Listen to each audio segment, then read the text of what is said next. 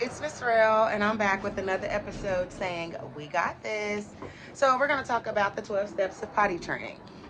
We're going to start with the number one, and that's the age that I suggest. With my experience, the age that I suggest is 18 months. And the reason I suggest 18 months is because at that age they can talk, at that age they can walk, at that age they have a much more mental state to developing where they're able to transition a little bit better when it comes to that. They have more of an understanding.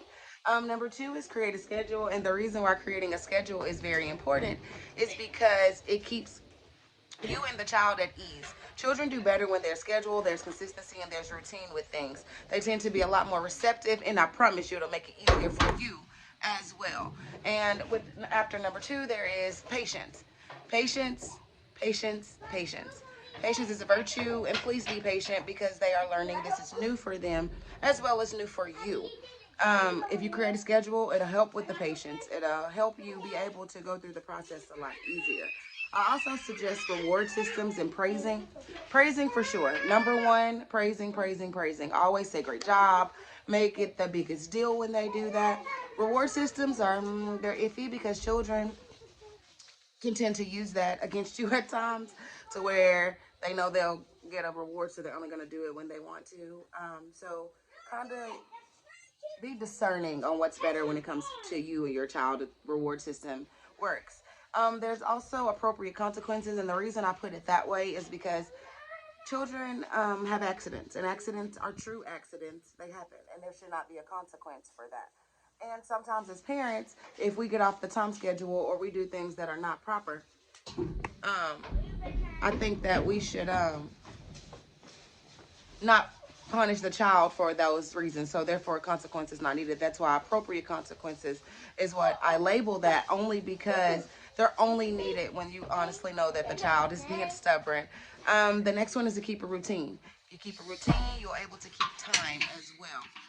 Routine meaning keep the pot in the same place so they don't have to go all over the place when they're doing certain things when you're first starting them off until they're able to get comfortable with the potty training process. Then I suggest that you keep a routine with that. Keeping time means making sure you're taking them when you're supposed to take them so that it can create a routine for them, so that it can be easy for you guys and they won't get overwhelmed. There won't be so many accidents. And a support system.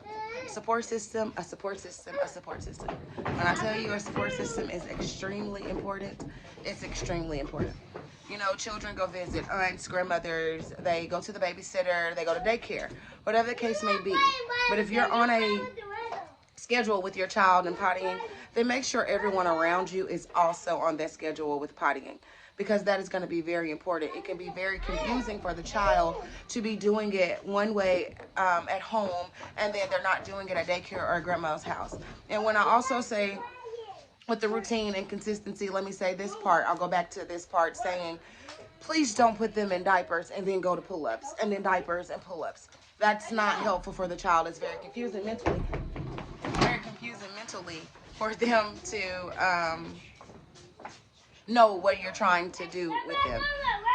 And public outings. When you go to public outings, potty training does not have to stop. You can take a portable potty. Their potties can be put, you can just walk out to the car if they have to go potty, if you keep that schedule, just so you're able to continue the potty training process. We don't want to stop and go, stop and go, stop and go, because that's confusing to the child as well. They don't understand if you're wanting them to go pot or you don't want them to. So don't stop the potty training process no matter where you are or what you're doing.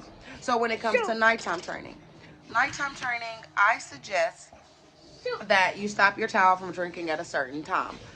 Depending on what time you put your child to bed, I would suggest no more than 3 hours before they went to bed that they have anything to drink.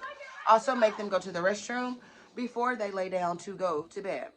You can also set an alarm so that you can wake in the middle of the night if you feel like your child will have accidents overnight, so that you can get them up and put them on the pot and they will get used to the schedule and they'll start waking up and going back to sleep on their own. And transitioning from pull-ups to underwear or panties, that process, I don't suggest you start doing that until you are at least 3 months into the potty training process. That way they will also get the understanding and concept of feeling wet. Some children react better knowing what wetness truly feels like, only because some of them have a sensory issue and do not care to feel wet. So therefore, if you put them in there, and then what get them things that they like, characters like Spider-Man, Mickey Mouse, princesses, anything, because you can use those as a way of rewarding or a way of getting them to understand. You don't want to get your friends wet. You don't want to get Mickey wet. You know, things like that. So this process, I promise you, can be so easy. It's just about engaging with the child as much as possible, and always make it fun.